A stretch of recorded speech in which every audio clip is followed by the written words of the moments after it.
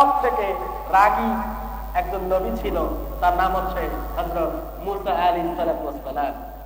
কোরআনুল কারীমের ভিতরে সব থেকে বেশি যে নবীর নাম এসেছে তার নাম হচ্ছে হযরত মুসা আলাইহিস সালাম।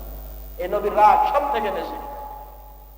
আজরাইলকে একটা থাপ্পড় দিয়ে চোখ ফেলে দিয়েছিল, বাম চোখ। মুসা আলাইহিস সালাম জীবন কবজ করার জন্য এসেছে। আল্লাহ নবী মুসা, আমি এসেছি মৃত্যুর ফেরেশতা মালাকুল মউত, আপনার জীবনটা দিয়ে দেন। বলে কেমন করে জীবনটা নিবা? চোখ দিয়ে বের করে নেব, নাক দিয়ে, মুখ দিয়ে, বিভিন্ন স্থান দিয়ে, যেই দিক দিয়ে সুবিধা হয় ওই দিক দিয়ে আপনার জীবনটা আমি কবজ করে নেব। আল্লাহর নবী মুসা সহ্য করতে পারে নাই। আজরাইলকে মানুষের আকৃতি নিয়ে সেই দিন এসেছিল মালাকুল মউত মুসা নবীর ঘরে, এমন থাপ্পড় মেরেছে, হাদিস শরীফের মধ্যে এসেছে আজরাইল আলাইহিস সালামের বাম চোখটা মাটিতে পড়ে গিয়েছে।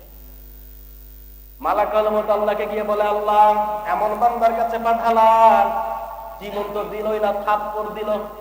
আল্লাহ পাক ওর চোখটা আবার লাগিয়ে দিলেন, ঠিক করে দিলেন। বলে কি কি ভুল করেছ?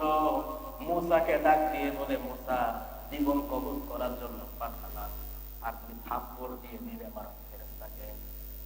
বলে আল্লাহ আমার সাথে দেখা করতে এসেছে, ভালো কথা, ঘরে প্রবেশ করেছে, অনুমতি নেয় নাই, ও সালাম দেওয়ার বিধান আছে, ও সালাম দেয় নাই, এই জন্য থাপ্পড় দিয়েছে, এবার পাঠিয়ে দিচ্ছে, জীবনটা দিয়ে দিবা।